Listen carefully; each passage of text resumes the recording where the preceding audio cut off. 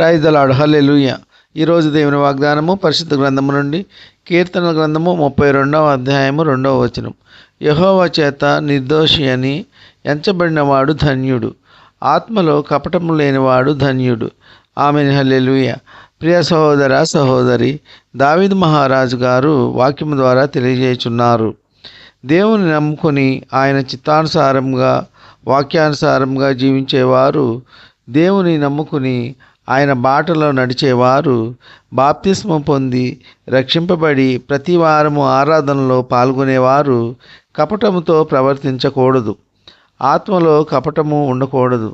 కపట మనసు కలిగి ఉండకూడదు. మన యొక్క ప్రవర్తన ఎలాగ ఉన్నది, మన యొక్క మనసు ఎలాగ ఉన్నది, మన యొక్క హృదయ అంతరంగాలు పరిశోధించే దేవుడు యెహోవా. ప్రియ సహోదర సహోదరి, మనుషులను మెప్పించవచ్చు, మంచివాడిలా నటించవచ్చు, మంచిదానిలా నటించవచ్చు, కానీ మనలను సృష్టించిన సృష్టికర్త అన్నీ చూస్తున్నారు, పరిశోధిస్తున్నారు. ప్రియ సహోదర సహోదరి, యెహోవా దేవుడు మనము ఎటువంటి వారము అనేది ఆయన తెలియజేయాలి. దేవుడు మనలను నిర్దోషులుగా చూడాలి.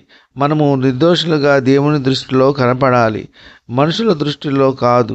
మరియు ఆత్మలో కపటం లేనివాడు ధన్యుడు అని దేవుని వాక్యము తెలియజేస్తుంది. ఈ కొద్ది మాటలు దేవుడు దీవించునుగాక. ఆమేన్.